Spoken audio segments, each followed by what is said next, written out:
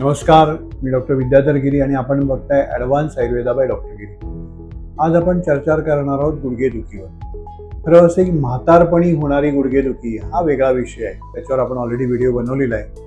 पण आता आपण बोलणार आहोत की तरुणपणामध्ये होणारी गुडघेदुखी, म्हणजे आमच्याकडे साधारण 35-40 पण पेशंट येतात आणि जे गुडघेदुखीची कंप्लेंट घेऊन येत असतात.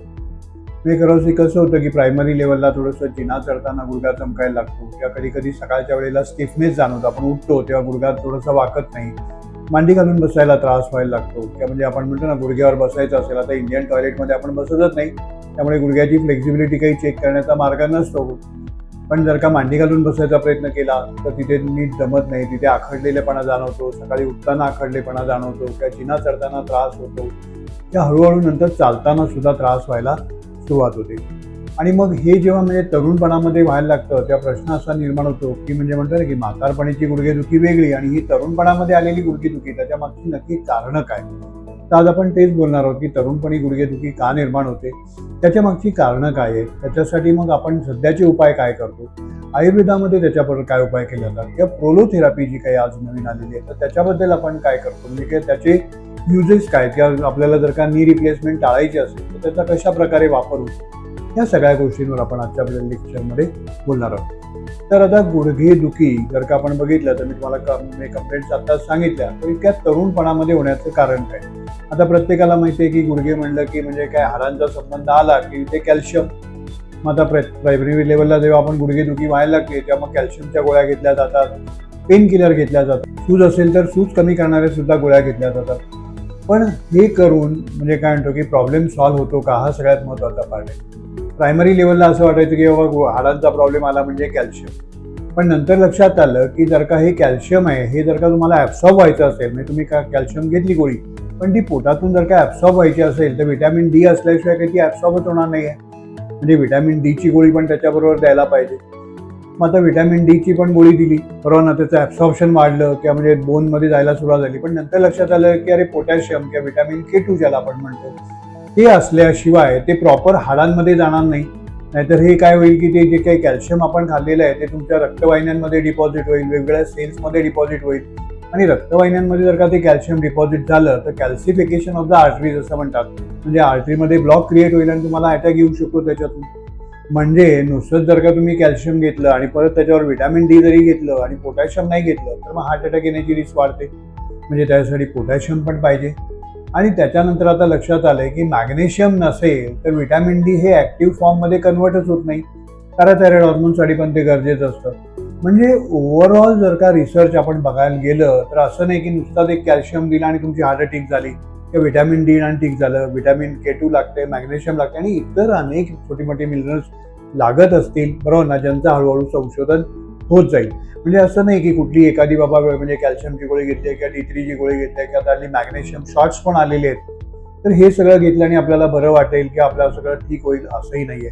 पहिल्यांदी आयुर्वेदानुसार जर का या सगळ्याकडे बघायचं झालं तर म्हणजे पहिल्यांदी आम्ही विचार करणार की बाबा ह्या गोष्टी या तरुणपणामध्ये का होत आहेत, त्याच्या मागची नक्की कारणं काय. आता आपण आता बघितलं की आपल्या शरीराच्या म्हणजे म्हणतो ना वाढीसाठी किंवा शरीराची जी झालेली झीज आहे, म्हणजे शरीर नेहमी वेअर अँड टेअर मोडमध्ये असतं. म्हणजे दर 120 दिवसाला तुमचे जुने सेल सगळे जाणार आहेत, त्या जागी नवीन सेल येणार आहेत आणि मग हे जे काही वेअर अँड टेअर होत असतं तर त्याला अनेक प्रकारचे विटॅमिन्स, अनेक प्रकारचे मिनरल्स, त्या सगळ्या गोष्टी लागत असतात. आणि हे सगळं येणार आहे कशातून, तुमच्या तर आहारातून, खाण्यातून येणार आहे या सगळ्या गोष्टी.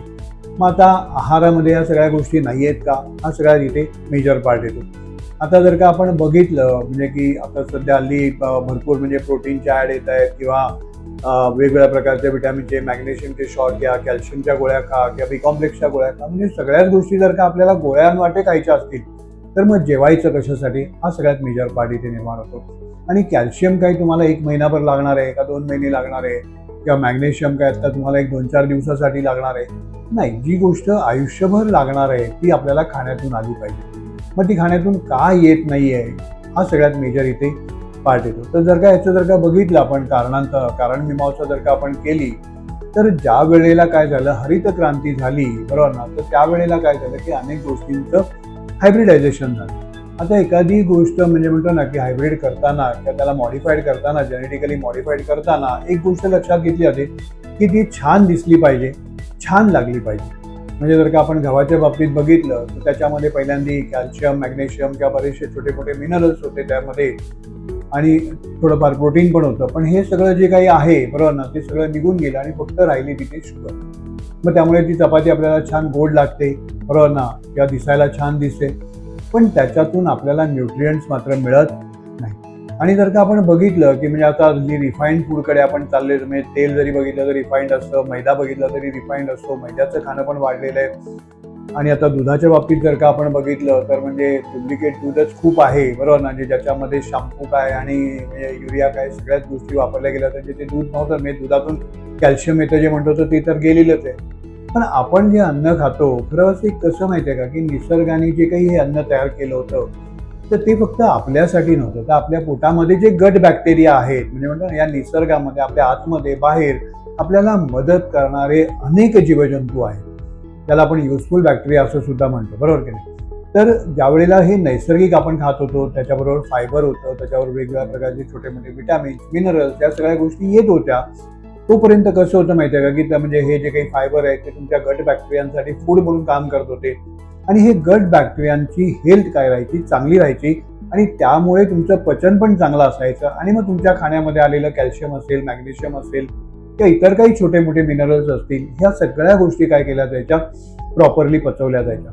पण आता प्रॉब्लेमॅटिक पार्ट असा आहे की आपण म्हणजे जेनेटिकली मॉडिफाईड केल्यानंतर त्याच्यामध्ये फायबरचं प्रमाण कमी करून टाकलं, अनेक फूड रिफाईन करून टाकली, तर त्याच्यामध्ये असलेले छोटे मोठे मिनरल्स पण काय केले आपण काढून टाकले आणि त्याच्यामुळे झालं कसं की त्या खाण्यातून आपल्याला जे न्यूट्रिशन मिळायला पाहिजे ते काही मिळतं का नाही, हा सगळ्यात मोठा पार्ट आहे. दुधाबद्दल तर मी तुम्हाला सांगितलं की दुधामध्ये डुप्लिकेशन आले आणि हल्ली प्रत्येक गोष्टीमध्येच काय झालेलं आहे, भेसळ आलेली आहे. त्याच्यानंतर जर का बघितलं की जेनेटिकली मॉडिफाईड केलेलं फूड जे आहे ते निसर्गामध्ये सर्वाईव्ह सुद्धा करू शकत नाही आणि मग ते सर्वाईव्ह करू शकत नाही म्हणून मग त्याला सर्वाईव्ह करण्यासाठी तुम्हाला पेस्टिसाईडचा वापर करावा लागतो आणि मग हा पेस्टिसाईडचा वापर केल्यानंतर ते केमिकल जी त्याच्यावर जी असतात ती शेवटी आपण ते खाल्ल्यानंतर तुम्ही किती त्याला वॉश करा किंवा काही करा, काही केमिकलचा पार्ट तिथे राहतोच आणि मग ती केमिकल सुद्धा आपल्या पोटामध्ये गेल्यानंतर की आपण बघतो की फळांसाठी किंवा हल्ली फळं पिकवण्यासाठी सुद्धा अनेक प्रकारची केमिकल वापरली जातात आणि ही एवढी केमिकल ज्यावेळेला आपण खातो तर त्यावेळेला त्यांचा गट बॅक्टेरियांवर काय होत असतो, इम्पॅक्ट होत असतो आणि तुमचे गट बॅक्टेरिया जर का चांगले राहिले नाहीत तर तुमचं पचनच होणार नाहीये बरोबर की नाही. म्हणजे आजकाल येतं नाही का, म्हणजे कॅल्शियमच्या गोळ्या घ्या किंवा मॅग्नेशियमचे शॉर्ट्स घ्या किंवा व्हिटॅमिन K2च्या घ्या, बी कॉम्प्लेक्स घ्या. खरं वास्तविक म्हणजे खरंच या सगळ्या गोष्टींची गरज आहे का, किंवा म्हणजे प्रोटीन घ्या, मग प्रोटीन पावडरच घ्या, तुमच्या खाण्यातून तेवढे प्रोटीन येणारच नाही आहेत. त्या गोष्टींवर आपण वेगवेगळे व्हिडिओ बनवलेले आहेत तसे, म्हणजे खरंच खाण्यातून प्रोटीन येतं की नाही आणि आपली रिक्वायरमेंट काय, हा सगळ्यात मेजर पार्ट आहे. म्हणजे ओव्हरऑल जर का आजकाल आपण म्हणजे अनेक युट्यूबरचं जर का बघितलं तर ह्या सगळ्या गोष्टी तुम्हाला खाण्यातून मिळणार नाही आहेत. म्हणजे त्याची जी काही क्वांटिटी शरीराला रिक्वायर्ड आहे ती एवढी दाखवायची की तुम्हाला किती जरी खाल्लं, म्हणजे मॅग्नेशियम जरा नॅचरल ज्या काही सोर्समधून येतं तर ते सोर्समध्ये तुम्ही एवढे खाल्ले पाहिजेत. मग बदाम खायचे तर मग 100 ग्रॅम बदाम रोज खाल्ले पाहिजे असं काहीतरी सांगितलं, तर एवढे खाल्ले जात नाही, मग काय करा, मॅग्नेशियमचा शॉट घ्या. अरे पण मॅग्नेशियमचा शॉट तुम्हाला काही म्हणजे मॅग्नेशियम काही महिन्याभरासाठीच कामाचं आहे का आयुष्यभरासाठी कामाचं आहे, म्हणजे आयुष्यभर काय मॅग्नेशियम शॉट घेत राहणार का. म्हणजे बेसिकली प्रॉब्लेम हा नाही आहे की खाण्यात या गोष्टी, म्हणजे थोडंसं हे पण झालेलंच आहे की खाण्यातून या गोष्टी कमी झालेल्या आहेत कारण आपण जेनेटिकली मॉडिफाईड फूड केल्यामुळे. परंतु दुसरी एक गोष्ट अशी आहे की म्हणजे खाण्यातून पण कमी झालेलं आहे, दुसरं म्हणजे आपल्याला गट बॅक्टेरियांसाठी जे फूड मिळत होतं ते मिळत नाही. अनेक प्रकारचे केमिकल्स खाल्ले त्यामुळे गट बॅक्टेरिया डिस्टर्ब झालेले आहेत आणि त्याच्यातून काय होतं, आपलं ॲब्सॉर्प्शनच प्रॉपर नाही आहे. म्हणजे आपण जे काही खातो त्याच्यातून शरीराला ज्या काही लागणाऱ्या गोष्टी आहेत त्या प्रॉपरली मिळत नाहीत.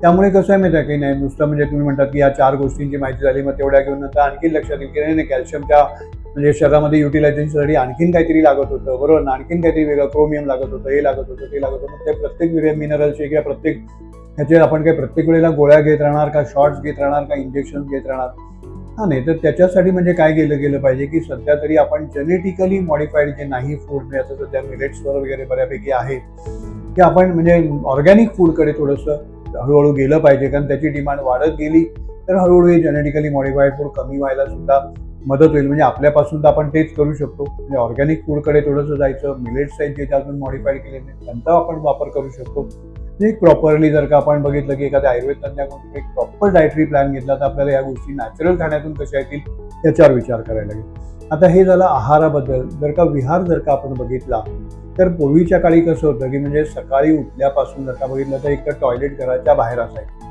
म्हणजे उठल्यानंतर तुम्हाला काय करायला लागायचं की अर्धा 1 किलोमीटर चालत जाऊन टॉयलेटसाठी जावं लागत होतं मोठ्या ह्याच्यामध्ये. आता तसं काही राहिलेलं नाहीये. आता काय होतं की उठलं की आपण लगेच घरामध्येच टॉयलेट असतं. म्हणजे पहिल्यांदा तरी घरामध्ये होतं, आता तर रूममध्येच आलंय. अटॅच बाथरूम वगैरे नाही का रूमला असतात.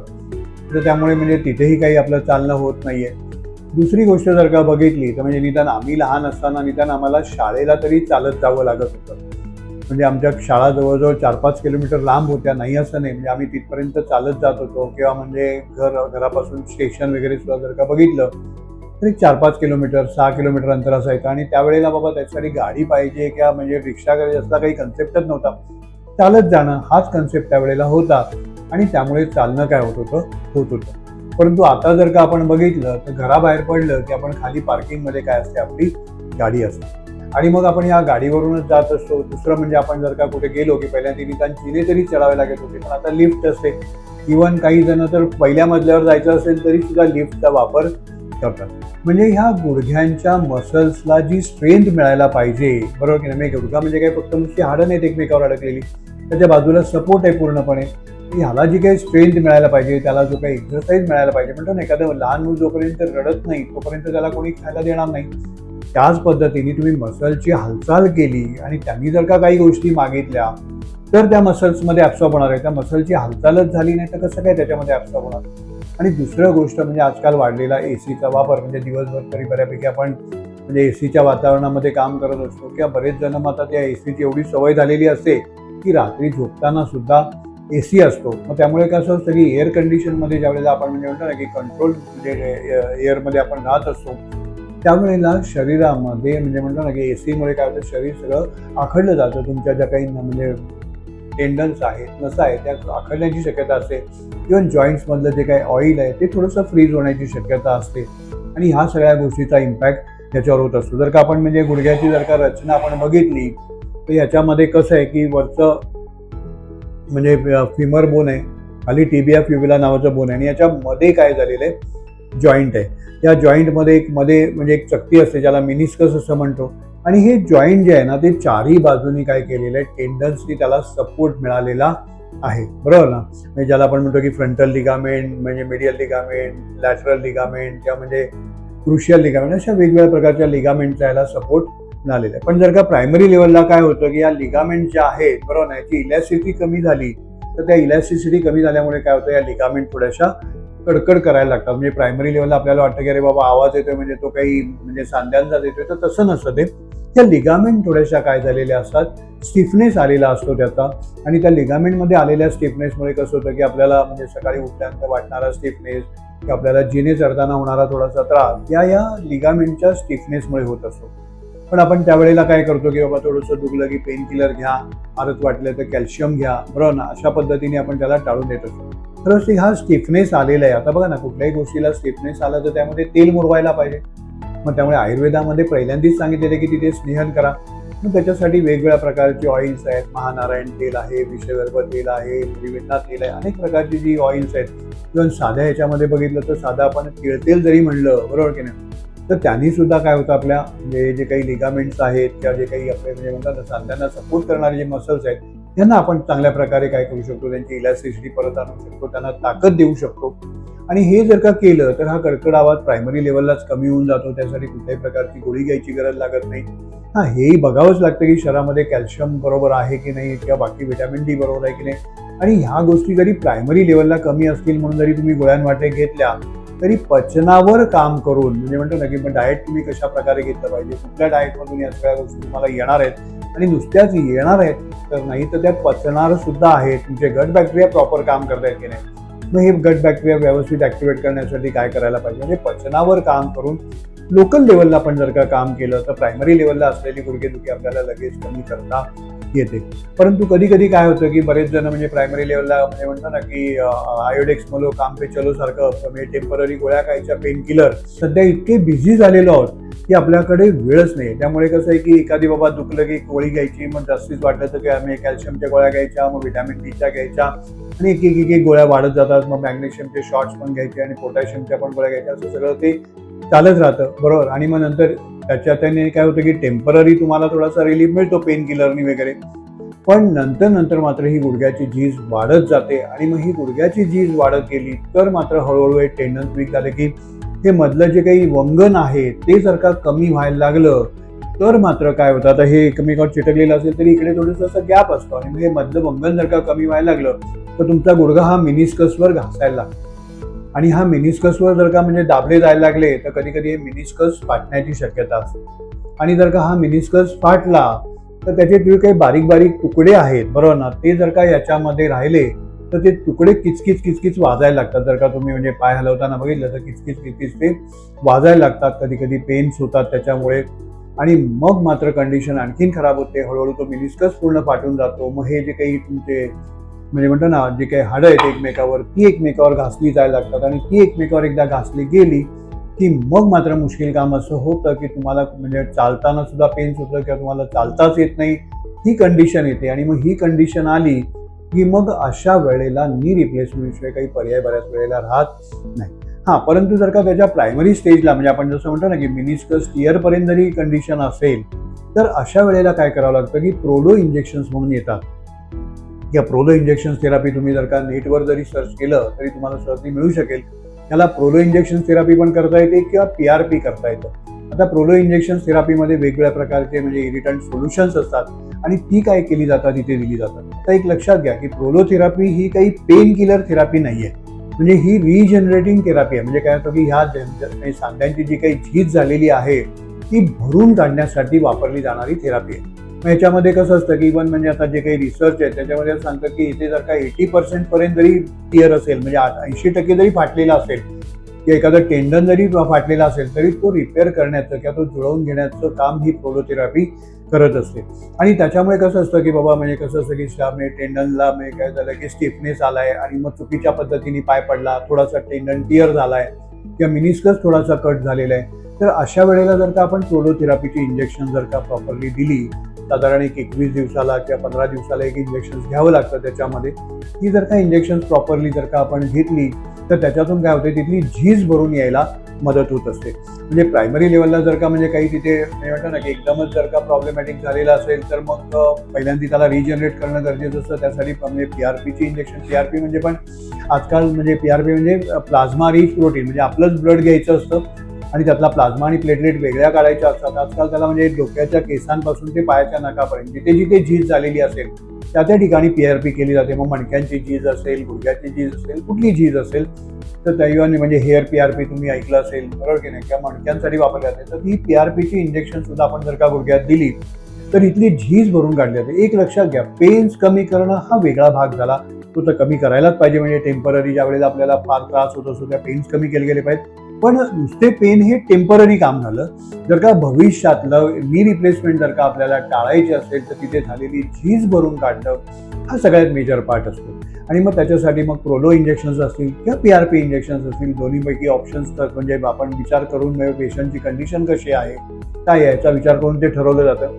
आणि सायमल्टेनियसली, कारण कसं असतं की म्हणजे एखादा लिगामेंट टियर झाला असेल किंवा काय म्हणतो आपण मिनिस्कस टियर झाला असेल किंवा तिथलं ऑइल कमी झालं असेल, वंगण कमी झालं असेल, या सगळ्या गोष्टींसाठी आपण PRP हे करू शकतो.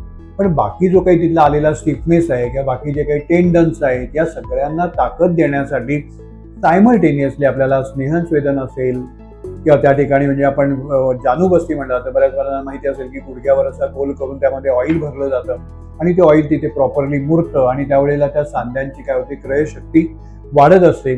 त्याचबरोबर पचनावर काम करणं असेल, कारण कसं आहे की शेवटी तुमचे जे काही सगळे सांधे आहेत, सगळी हाडं जी आहेत ती तुमच्या म्हणजे शरीरामध्ये असलेल्या म्हणजे कॅल्शियम असेल, व्हिटॅमिन D असेल, मॅग्नेशियम असेल, पोटॅशियम असेल किंवा इतरही काही मिनरल्स लागत असतील, हळूहळू त्याचा शोध लागू शकेल. तर ह्या सगळ्या गोष्टींवर या गोष्टी डिपेंड आहेत. त्यामुळे म्हणजे म्हणतो ना की प्रत्येक वेळेला वेगवेगळ्या गोष्टींसाठी काहीतरी म्हणजे आर्टिफिशियल म्हणजे गोळ्यांवाटे सोल्युशन घेण्यापेक्षा जर का प्रॉपर पचनावर आपण जर का काम केलं, या गोष्टी कसे नैसर्गिक खाण्यातून आपल्याला येतील, या गोष्टींवर जर का आपण काम केलं तर नक्कीच आपल्याला काय करता येतं, म्हणजे लॉंग टर्म जे काही म्हणजे नुसतं गुडघ्याचं जसं नाही तर ओव्हरऑल शरीराचं आरोग्य असेल किंवा ओव्हरऑल आपल्या म्हणजे हाडांचं आरोग्य असेल. कारण ज्यावेळेला आम्ही बघतो हाडांची जेव्हा समस्या आलेली असते त्यावेळेला दातांची समस्या सुद्धा येतेच, कारण दात सुद्धा हे हाडांशी संबंधितच आहेत. मग त्यामुळे बऱ्याच जणांना म्हणजे दात पडणं असेल किंवा दात लवकर किडणं असेल, आणि इव्हन म्हणजे असं नाही की बाबा फार म्हातारपणी होतं हे, म्हणजे आजकाल आम्ही बघतो 35-40मध्ये सुद्धा म्हणजे रूट कॅनल होतात. इव्हन म्हणजे कधी कधी ते दात एवढे खराब झालेले असतात की काढून त्याला इम्प्लांट वगैरे करायची पाळी येते. आणि एवढ्या कमी वयामध्ये जर का या गोष्टी होत असतील तर मुश्किल काम मात्र आहे. तर त्याच्यामुळे कसंच माहिती आहे ना की जर का तुमच्या गुडघ्यामध्ये स्टिफनेस असेल किंवा म्हणजे काय म्हणतो की जर का म्हणजे जिना चढताना हे करताना जर का काही थोडासा प्रॉब्लेम होत असेल तर तुम्ही जेवढं लवकर दाखवाल बरोबर ना, तेवढं लवकर त्याला काय करता येतं, आपल्याला रिपेअर करता येतं. आणि भविष्यातलं आपल्याला म्हणजे काय म्हणतो की नी रिप्लेसमेंट, कारण समजा जर तुम्हाला 35-40 वर्षी जर का म्हणजे नी पेन चालू झाला असेल तर नक्कीच एक म्हणजे म्हणतो ना 50शीपर्यंत मला नी रिप्लेसमेंटकडे जावं लागण्याची शक्यता असू शकते. आणि ही जर का भविष्यातली नी रिप्लेसमेंट आपल्याला टाळायची असेल तर मग आयुर्वेद, कोलोथेरपी या PRP थेरपी याला पर्याय नाही आहे. तर अशाच प्रकारे तुम्हाला काही समस्या असतील तर नक्की आम्हाला संपर्क करा. म्हणजे हीच माहिती तुमच्या ओळखीतल्या कोणाला याची गरज असेल त्यांच्यापर्यंत पोहोचवण्यासाठी शेअर करायला विसरू नका. आणि अशाच नवनवीन नॉलेजचे व्हिडिओ आपण काय करत असतो त्या याच्यावर देत असतो. त्यासाठी या चॅनलला सबस्क्राईब करा, बेल आयकॉन दाबायला विसरू नका, कारण नवीन नॉलेज तुमच्यापर्यंत लवकर यावं असं वाटत असेल तर बेल आयकॉन दाबा. आणि बेसिकली एक लक्षात घ्या की आरोग्य चांगलं ठेवता येतं, 100 वर्ष निरोगी जगता येतं. फक्त टेम्पररी काम करण्यापेक्षा एखाद्या गोष्टीवर परमनंट काम केलं गेलं पाहिजे. आणि या गोष्टी करायच्या असतील तर आयुर्वेदाला पर्याय नाही. नमस्कार.